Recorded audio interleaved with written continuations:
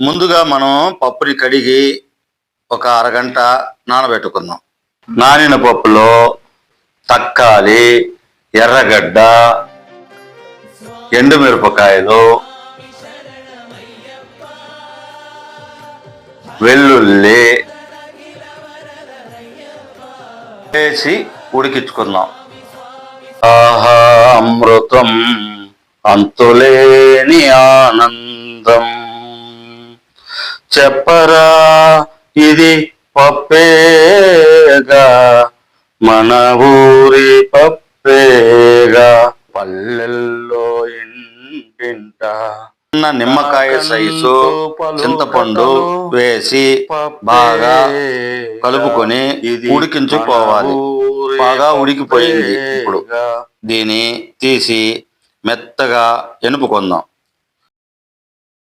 కొద్దిగా నూనె వేసుకుని నూనె వేడెక్కిన తర్వాత తెంపిన కరివేపాకు వేసుకుందాం. దీని వడియం అంటారు. ఇది పప్పులోకి వేస్తే ఆ రుచే వేరేలా ఉంటుంది. ఇప్పుడు మనం ఎనిపిన పప్పుని ఇందులో పోసుకుందాం. ఒక 5 నిమిషాలు సన్నని మంట మీద ఉడికించుకుందాం. అంతే అండి, ఎంతో రుచిగా ఉండే మన ఊరి పప్పు రెడీ అయిపోయింది. ముందుగా మునగాకు బాగా కడుక్కొని మనం ఇలా దూసుకొని పక్కన పెట్టుకుందాం. ఇప్పుడు పాత్రలో కొద్దిగా ఆయిల్ వేసుకొని ఒక 5 లేదా 6 ఎండుమిర్చి వేసుకుందాం. మా ఊరి స్పెషల్ ఐటమ్ వడియం వేసుకొని ఇది వేగాక ముందుగా మనం దూసి పెట్టుకున్న మునగాకు వేసుకొని బాగా వేపుకుందాం. ఇది బాగా వేగాలండి. మాడిపోకుండా ఉండడానికి కొద్దిగా ఉప్పు నీరు చల్లుకుంటూ వేపుకుందాం. కొద్దిగా కారం వేసుకొని బాగా కలుపుకుందాం. మనం ఆల్రెడీ వేరుశనగ పప్పు పొడి చేసుకొని పెట్టుకున్నది వేసుకుందాం. దీన్ని బాగా కలిపి ఒక 2 నిమిషాలు వేచితే చాలు. అంతే అండి, మన మునగాకు రెడీ. వాసన గమగమ వస్తుంది. ముందుగా మనం ఈ పువ్వుని ఇలా ఒలుచుకుందాం. మధ్యలో కాడ ఉంటుంది, దాన్ని తీసి ఒలుచుకోవాలి. ఇది కొంచెం కష్టం అండి ఒలుచుకోవడం. నిదానంగా ఒలుచుకోవాలి. ఒలుచుకున్న పువ్వుని బాగా కడుక్కుందామండి. ఇప్పుడు దీనిలోకి కొంచెం మిక్స్ చేసిన బోండా బజ్జీ పిండి కలుపుకుందాం.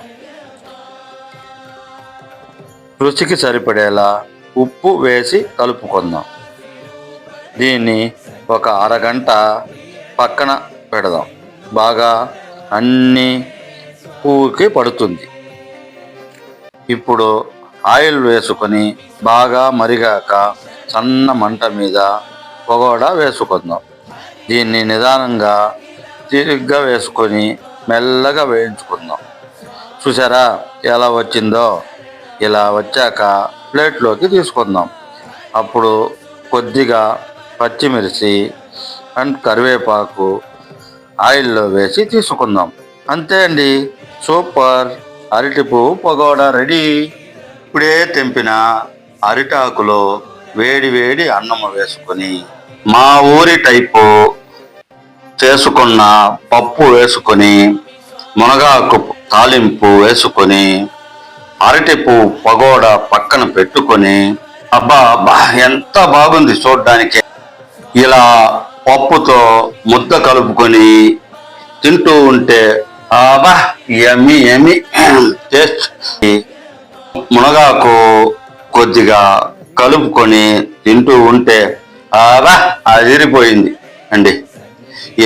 ఎమ్మిగా ఉంది. పకోడా కొద్దిగా ఇలా తీసుకుంటే అబ్బా వేరే లెవెల్, మాటలు లేవు, అంత బాగుంది. ఏమిరా సీను, ఎలా ఉంది అన్న? నిజంగా వేరే లెవెల్, మాటలు లేవన్నా, అంత అద్భుతంగా ఉంది.